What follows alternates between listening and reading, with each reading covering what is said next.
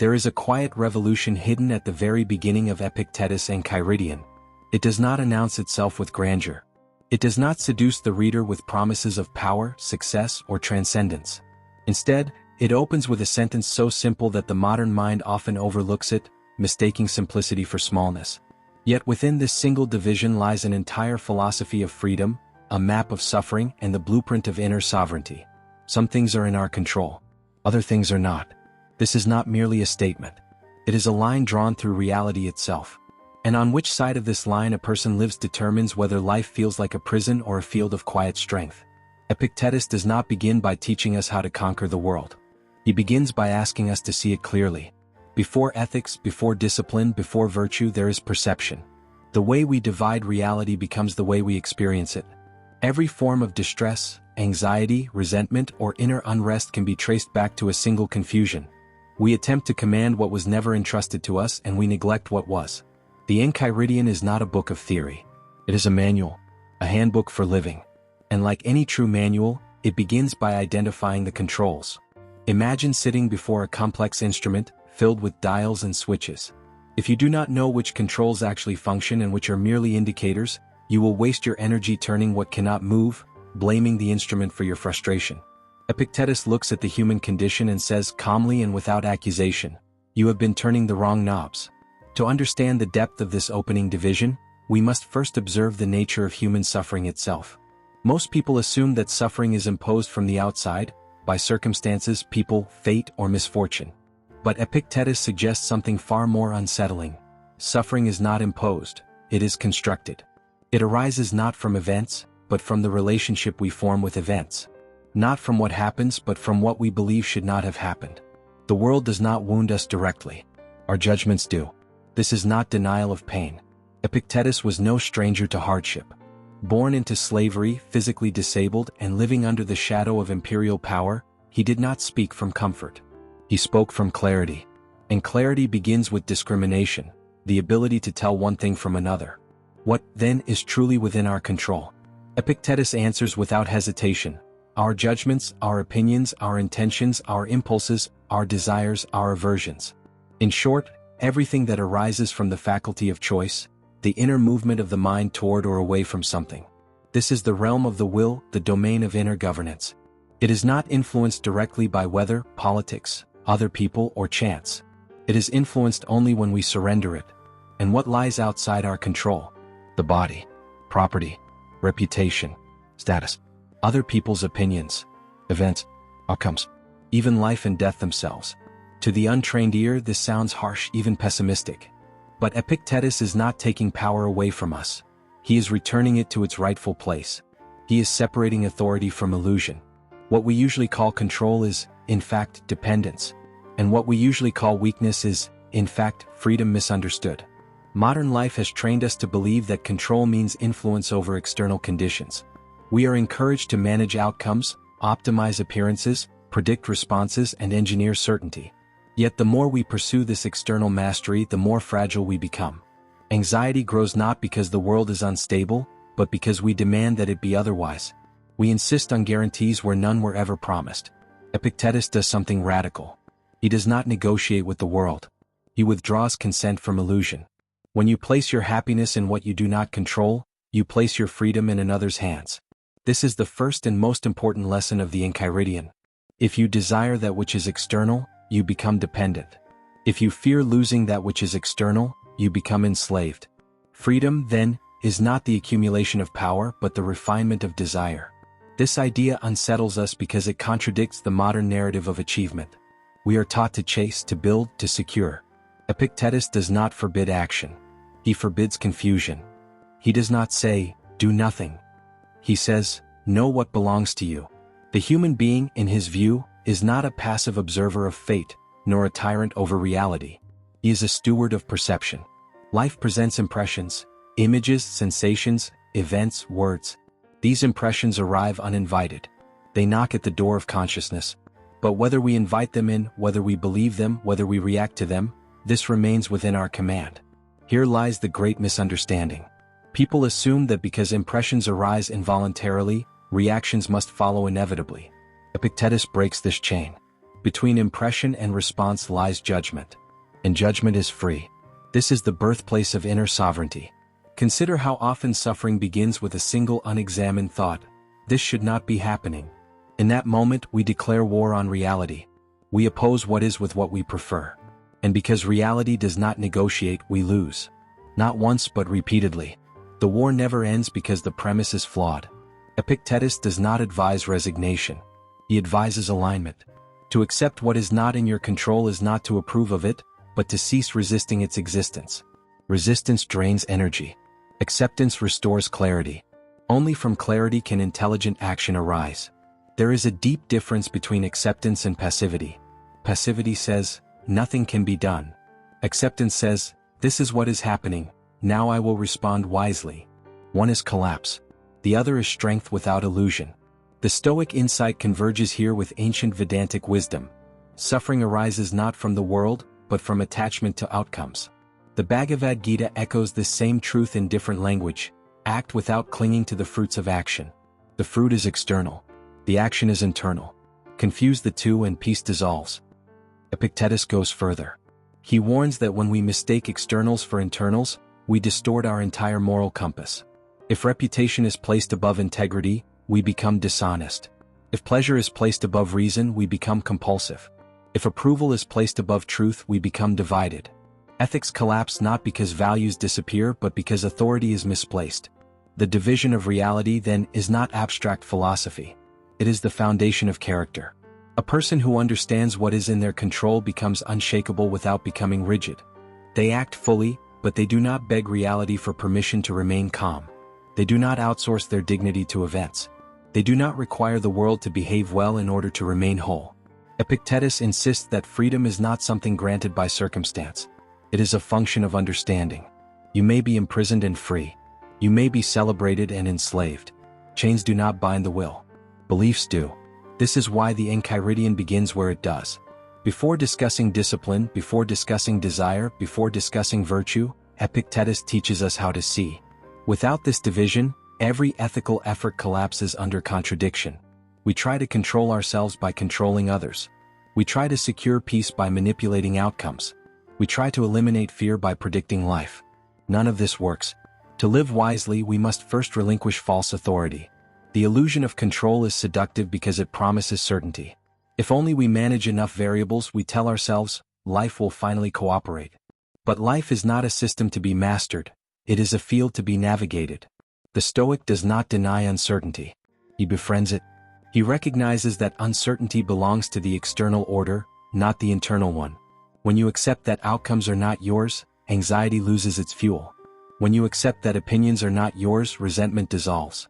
When you accept that the body is not yours, fear of loss softens. This does not make one careless, it makes one precise.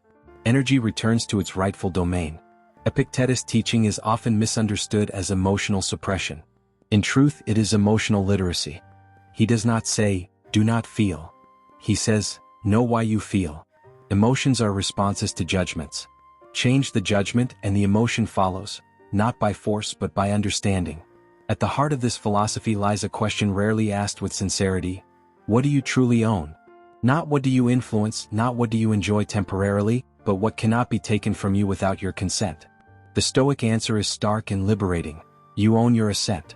Your capacity to say yes or no to impressions. Your willingness to align with reason. Everything else is on loan. This is not a pessimistic worldview. It is a realistic one. And realism is the soil of peace. In the modern age, we suffer not because life is harsher than before, but because our expectations are. We expect permanence in a world of change, control in a world of complexity, validation in a world of differing minds. Epictetus strips these expectations down to their core and exposes them as contracts we signed without reading. The first act of freedom is to void the contract. As this understanding settles, a quiet shift occurs. Attention turns inward, not in narcissism but in responsibility. If my reactions belong to me, then I am not helpless. If my judgments are mine, then I am not a victim. This realization is not empowering in a loud way. It is empowering in a grounded one. This is the beginning of inner discipline, not imposed but chosen. Not rigid but attentive. We begin to observe our thoughts as events, not commands. We notice how quickly the mind tries to claim ownership over what it cannot govern. We see how often we tie our peace to conditions. And in seeing something loosens, Epictetus does not promise a life without difficulty.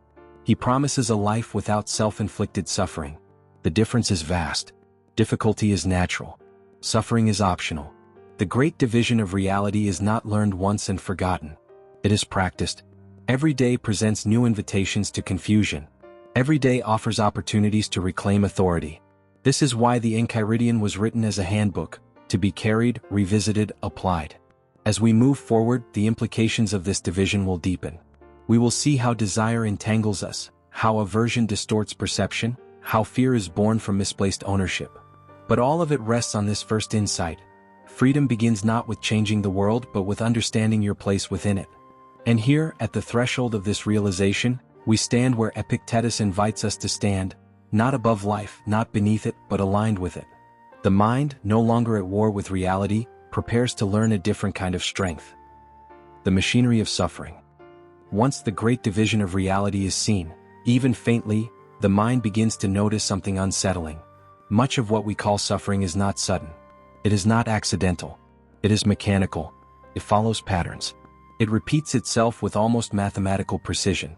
The same thoughts lead to the same emotions, the same reactions, the same exhaustion. Epictetus understood this long before psychology gave it a name. He did not speak of trauma loops or cognitive distortions, but he described their structure with remarkable clarity. Suffering, he implied, is not chaos. It is a system built on misunderstanding. The mind does not suffer randomly. It suffers because it has been trained, often unconsciously, to attach itself to what lies beyond its authority.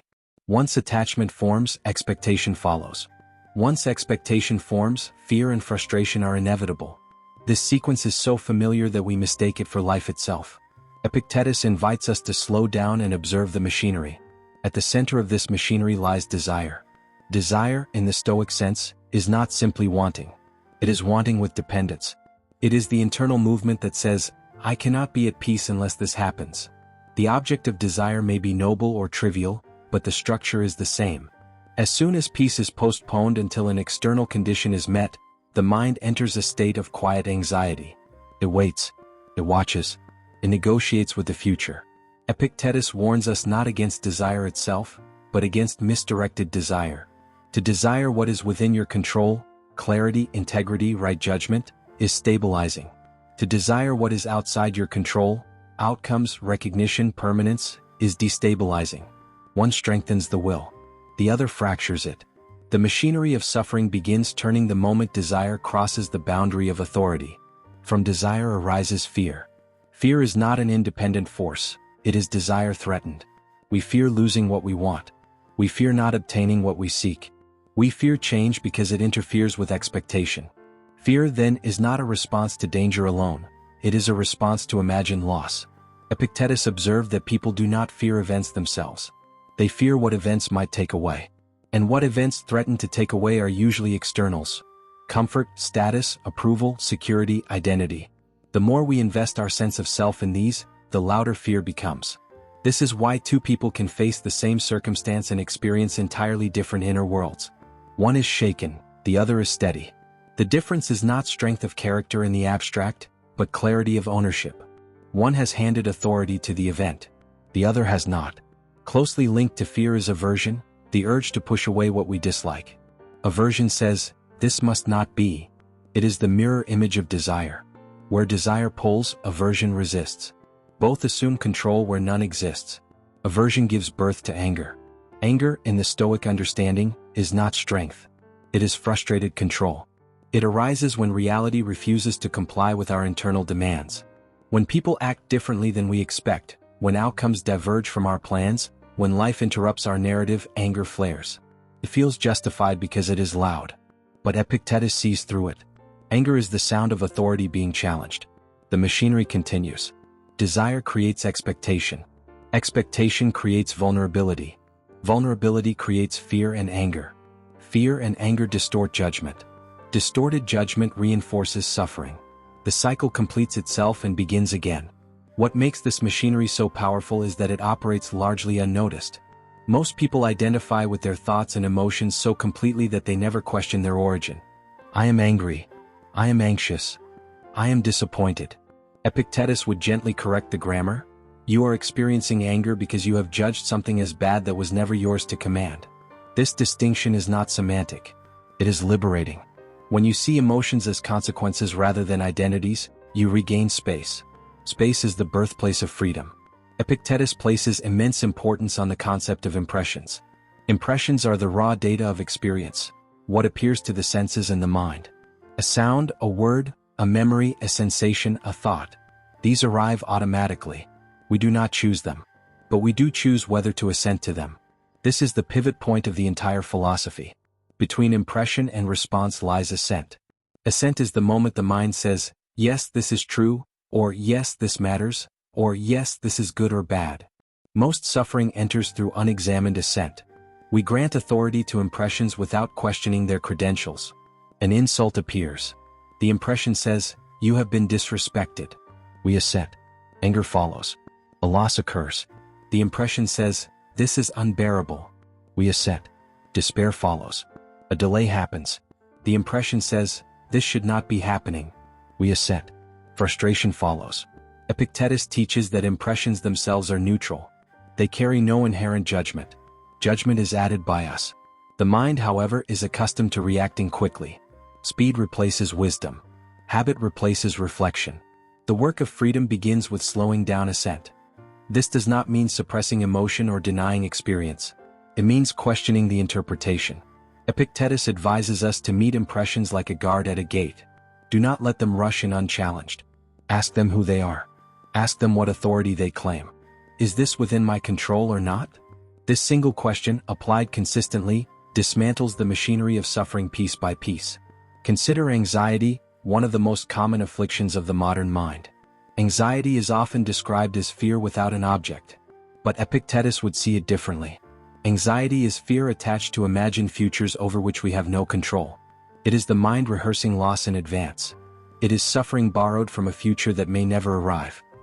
Why does anxiety feel so convincing? Because the mind confuses preparation with control. We believe that by worrying we are doing something useful. Epictetus exposes this illusion. Worry does not increase readiness. It increases fatigue. Preparation focuses on what can be done. Worry focuses on what cannot. The Stoic approach is not to ignore the future, but to recognize its nature. The future is external. Planning belongs to the present. Outcome belongs to fate. Confuse these and the machinery accelerates. Another component of suffering is comparison. We compare our lives to others, our progress to imagined standards, our worth to external metrics. Comparison thrives where identity is externally anchored. Epictetus warns that when we measure ourselves by what we do not control, status, wealth, praise, we become dependent on forces that shift constantly. Comparison breeds envy. Envy breeds resentment. Resentment poisons perception. The Stoic solution is not forced contentment, but reorientation. Measure yourself by what is yours, your character, your intentions, your alignment with reason. These do not fluctuate with circumstance. They deepen with practice. Epictetus understood that much of human misery comes not from deprivation, but from misvaluation. We value what is fragile and ignore what is stable. We guard what can be taken and neglect what cannot. This misvaluation extends to how we interpret success and failure. Success, when defined externally, inflates the ego and increases fear of loss. Failure, when defined externally, humiliates the spirit and breeds despair. But when success is defined as acting with integrity, and failure as abandoning reason, both lose their sting. External outcomes become information, not verdicts. The machinery of suffering feeds on identification. I am what I have. I am how I am seen. I am what I achieve. Epictetus dismantles these identities one by one. You are not your body. You are not your possessions. You are not your reputation. These are instruments, circumstances, roles. Confusing the role with the actor leads to distress. Here, Stoicism touches a universal truth echoed across wisdom traditions. Attachment creates suffering. But Epictetus offers a uniquely practical path. He does not ask us to renounce the world, but to renounce confusion about it. One of the most subtle forms of suffering arises from expectation of others. We expect people to behave reasonably, kindly, consistently. When they do not, we feel betrayed. Epictetus calls this naivete. People act according to their understanding, not ours. Expecting otherwise is to demand control over another's mind. This does not excuse harm. It clarifies reality. When we expect people to fulfill our inner needs, validation, security, meaning, we burden them with responsibilities they cannot carry. When they fail, we suffer and blame them. Epictetus gently reminds us, no one is obligated to complete your inner life. That responsibility is yours. Understanding this does not isolate us. It purifies relationships. We meet others as they are, not as guarantors of our peace. The machinery of suffering also relies heavily on storytelling. The mind constructs narratives around events, linking past, present, and imagined future into a coherent drama. This always happens to me. Nothing ever works out. I am unlucky. These stories feel true because they are familiar. But familiarity is not truth. Epictetus would urge us to separate fact from commentary. The event occurred. The story followed. The suffering came from the story. When we learn to stop embellishing impressions, the emotional charge weakens. This is not emotional numbness. It is emotional clarity. Stoicism does not aim to eliminate emotion, but to eliminate unnecessary emotion. Emotion born from error rather than insight. At this stage of understanding, a realization begins to dawn. Suffering is not an enemy attacking from outside. It is a signal. It points to a misalignment between judgment and reality. Every pang of distress contains information. It reveals where authority has been misplaced. This is why Epictetus does not speak of curing suffering by force. He speaks of educating desire. When desire is educated, fear loses its grip. When fear loosens, anger fades. When anger fades, judgment clears. The machinery slows. Yet there is resistance. The ego resists this dismantling because it feels like loss of control. Letting go of false authority feels like vulnerability. The mind clings to familiar pain rather than unfamiliar freedom. Epictetus anticipates this resistance. He reminds us that freedom is not the absence of challenge, but the absence of inner compulsion. To be free is not to have everything go your way but to not require it to. This insight prepares the ground for the next and perhaps most misunderstood Stoic teaching: acceptance. Acceptance is often mistaken for resignation, passivity, or defeat. In truth, it is the collapse of illusion. It is the moment when the machinery of suffering runs out of fuel because it can no longer feed on resistance. In the next movement of this exploration, we will turn fully toward acceptance, not as a coping mechanism but as a form of intelligence. We will see how acceptance restores energy, sharpens action, and opens the door to a different kind of power. For now, we pause with this understanding. Suffering is not mysterious. It is constructed. And what is constructed can be deconstructed. The machinery only runs when we keep supplying it with mistaken judgments. When we withdraw assent, when we reclaim authority, when we remember what is ours and what is not, the noise begins to quiet. In that quiet, something deeper waits to be discovered. Perhaps the most misunderstood aspect of acceptance is its relationship with fate. Epictetus does not argue for fatalism. He does not say that effort is meaningless. He distinguishes between what is given and how we meet it. Fate provides the material, character shapes the response. Acceptance is not submission to fate. It is cooperation with reality. This cooperation is intelligent. It recognizes limits without resenting them. It works within conditions rather than denying them. In this way, acceptance becomes a form of power. It conserves energy. It sharpens judgment. It enables action that is responsive rather than reactive. The mind that accepts is not passive. It is agile. As acceptance deepens, a subtle shift occurs in identity. We stop defining ourselves by circumstances. We stop tying our worth to outcomes. The self becomes anchored in something more stable, the capacity to respond with reason and dignity. This anchoring creates a sense of inner order that does not depend on external calm. This is why acceptance feels, paradoxically, like relief. The endless inner argument with reality ceases. The mind no longer demands guarantees. It no longer insists on permanence. It rests in alignment. Yet acceptance is not a single act. It is a discipline. Each day presents new impressions, new temptations to resist.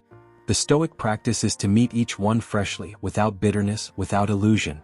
Epictetus likens this to training. Just as the body is strengthened through repeated exercise, the mind is strengthened through repeated acceptance of what lies beyond control and repeated commitment to what lies within it. Over time, what once felt difficult becomes natural. Acceptance then reveals its deeper gift. It restores freedom of action. When we stop fighting reality, we can engage with it more effectively. We see clearly what can be changed and what must be endured. We act where action is possible and remain calm where it is not. This clarity prepares the ground for the final realization of Epictetus' philosophy: inner sovereignty. Acceptance is not the end. It is the doorway. Through it, we step into a form of freedom that cannot be revoked by circumstance. In the final movement, we will explore what it means to become inwardly ungovernable, not rebellious, not indifferent, but sovereign. We will see how a man born into slavery articulated a vision of freedom that remains untouched by time, power, or fortune. For now, we rest in this understanding. Acceptance is not weakness. It is wisdom in action. It is the mind recognizing reality without hostility and choosing to meet it with dignity. Where acceptance lives, suffering loses its authority. And where suffering loses its authority, freedom quietly takes root. Inner sovereignty, the ungovernable soul. If acceptance is the doorway, then inner sovereignty is the chamber it opens into. Here, Epictetus' teaching reaches its quiet culmination, not in abstraction but in lived reality. Sovereignty, as he understands it, has nothing to do with dominance, authority over others, or control of circumstance.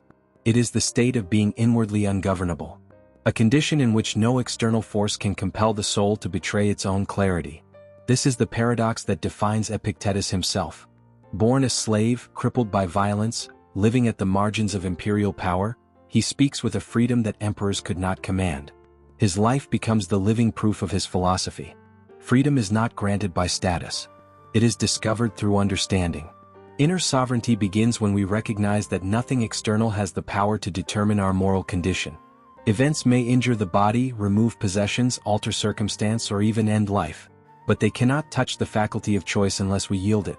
This is not bravado. It is a precise psychological insight. The will is free not because it dominates reality, but because it is distinct from it. The world governs events. You govern meaning. This separation is the final liberation.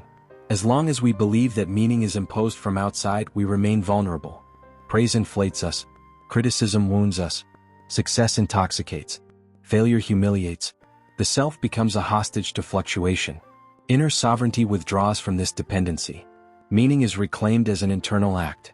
Epictetus insists that dignity is not something conferred by recognition. It is a stance toward life. One does not become dignified by being admired, but by refusing to abandon reason under pressure. Dignity, in this sense, is consistency of character. It is the refusal to be bribed by pleasure or threatened by pain into acting against one's own understanding. This is not rigidity. It is coherence. The sovereign soul does not harden itself against feeling. It does not isolate itself from life. It remains fully engaged but inwardly anchored. Like a ship secured to the seabed, it moves with the waves without being carried away by them. Epictetus frequently returns to the idea that no one can harm you unless you cooperate. This statement is often misunderstood as denial of injustice or suffering. It is neither. It is a statement about agency. Harm, in the Stoic sense, is not pain or loss. It is the corruption of judgment. To be harmed is to be made worse as a human being, to be pushed into fear, bitterness, cruelty, or self-betrayal. External forces can create pain. Only internal consent can create degradation. This distinction is the foundation of moral freedom. Once we see it, the world's power over us diminishes. Threats lose their leverage. Temptations lose their charm. We become difficult to manipulate, not because we resist everything but because we no longer mistake leverage for authority. Inner sovereignty also reshapes our understanding of responsibility. We stop blaming the world for our inner state. This is not self-condemnation, it is self-ownership.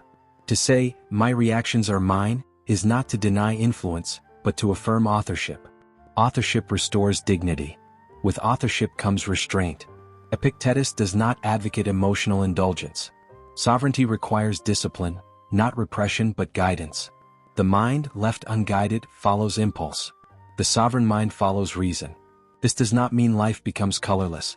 It becomes intentional. Freedom, in this sense, is not the absence of constraint, but the presence of alignment. When desire, judgment, and action move in harmony, inner conflict dissolves. The self becomes unified. This unity is rare because it requires renunciation, not of pleasure or success but of illusion. Illusion promises ease without effort, security without clarity, freedom without responsibility. Inner sovereignty offers none of these shortcuts. It offers something more enduring: independence from coercion. One of the clearest expressions of sovereignty appears in Epictetus' treatment of death. Death is the ultimate external.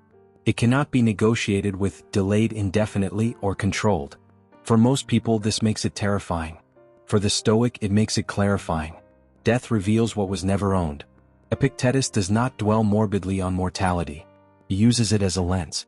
If death is not evil, then what is? If death is not disgraceful, then what deserves fear?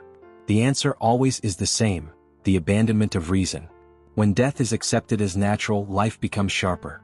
Each moment gains weight without desperation. Each choice matters without panic.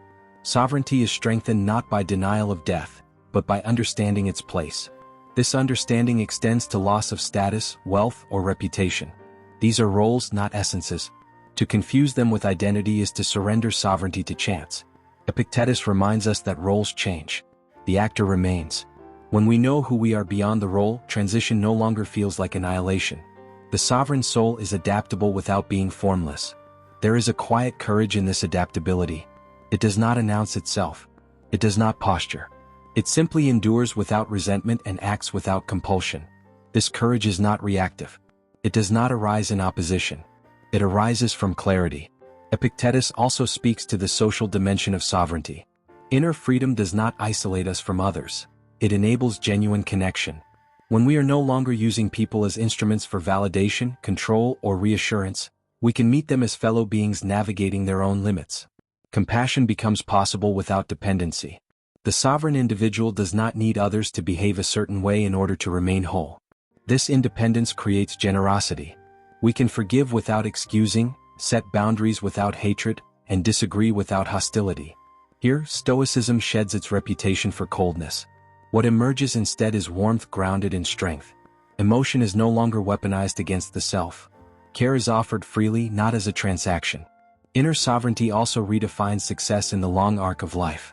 Many pursue success as insulation, against insecurity, insignificance, or fear. Epictetus exposes the futility of this pursuit.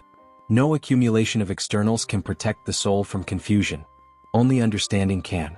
The measure of a life, then, becomes internal. Did you live in agreement with your nature as a rational being?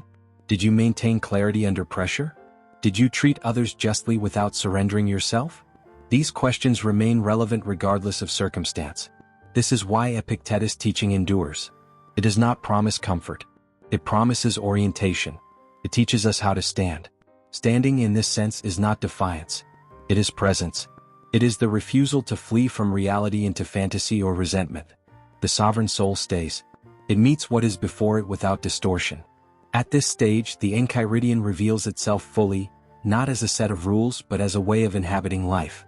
Its aphorisms are not commandments. They are reminders. They point the mind back to what it forgets under pressure. Nothing external can enslave you unless you allow it. Nothing internal can free you unless you practice it. Inner sovereignty is not achieved once and for all. It is renewed moment by moment. Each impression offers a choice. Each reaction is an opportunity. Freedom is not a destination. It is a posture. This posture does not eliminate pain. It eliminates despair. It does not remove difficulty. It removes self-betrayal. Life remains uncertain, but the self becomes steady. And here, at the close of this exploration, we return to where Epictetus began. Not with ambition, but with clarity. Not with control, but with understanding. The great division of reality, once internalized, dissolves much of what torments us. Some things are in your control.